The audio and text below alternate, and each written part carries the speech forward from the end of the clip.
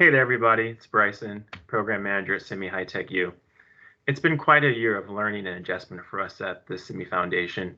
I just want to take a few minutes to update you on what we've been working on for the Simi High Tech U program, some of our other educational initiatives, and then give you a preview about what's going to be coming in 2021.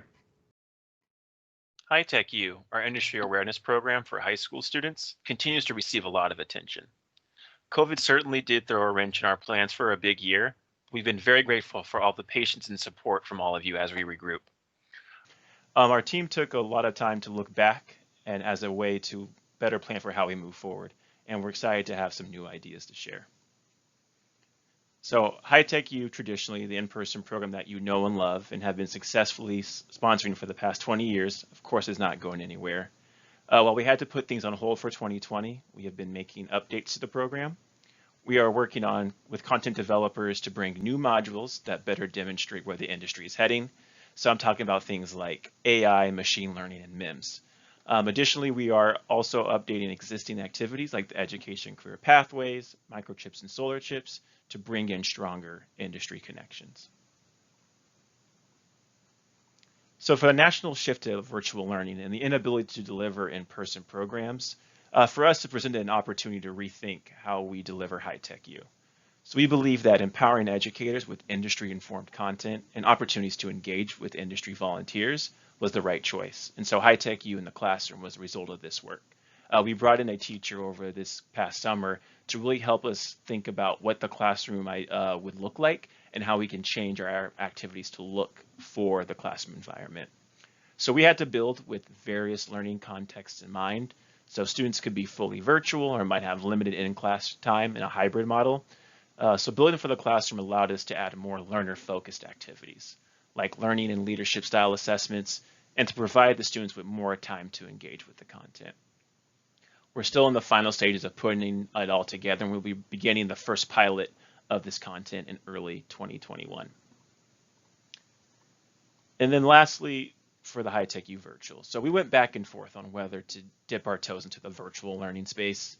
We worried that it was already too saturated, that students just like ourselves were getting Zoom fatigue, and ultimately that there's just too much loss when we can't meet in person. If you've hosted a High Tech U before at your site, you know having the time to interact with the students is just so important. But as we were working on the in-person programs and the classroom models, we began to see different stories that could be told about our industry. Having a completely virtual option isn't just about removing barriers to meet with students where they are. We know that with telecommuting, distance learning, telehealth all receiving global attention, we wanted to help students see how semiconductors have played an all-important role in enabling these technologies. So this means completely overhauling the experience for students and volunteers. We're going to be reaching out to people in early January to get feedback on our first attempt at this program, and we hope you'll join us as we build this next version of High Tech U. Beyond High Tech U, we're always looking for new ways to connect student and talent to our industry. So first, with Future U, a new program, we're taking the next step in a student's education journey and reaching out to university and college students. We've heard loud and clear from members that while High Tech U and high school students are great for the awareness building, we need to do more to bring in university students who are more near to higher into the fold. So we're working with colleges and semi-regional chapters to identify the right topics for presentation and activity sessions. We've already been delivering virtual sessions and are looking forward to bringing more of those and also in-person programs throughout 2021. Next, talking about career technical education, or CTE. This remains an untapped resource for connecting students. We're exploring the CTE pathways angle as a process to build a true microelectronics industry pipeline. This pipeline will require collaboration between local education, industry, and government stakeholders. CIMI has always been uniquely positioned to foster collaboration on behalf of member companies, and we feel that the CTE pathways will allow us to do the same thing for talent needs in a really great way.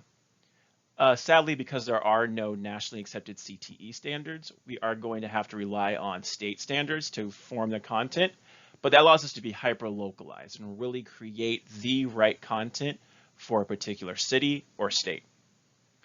And then lastly, we're partnering with the SemiWorks team to help them scope out and build out learning objectives for their high school work. If you have more questions about SemiWorks, I definitely can connect you to the right person.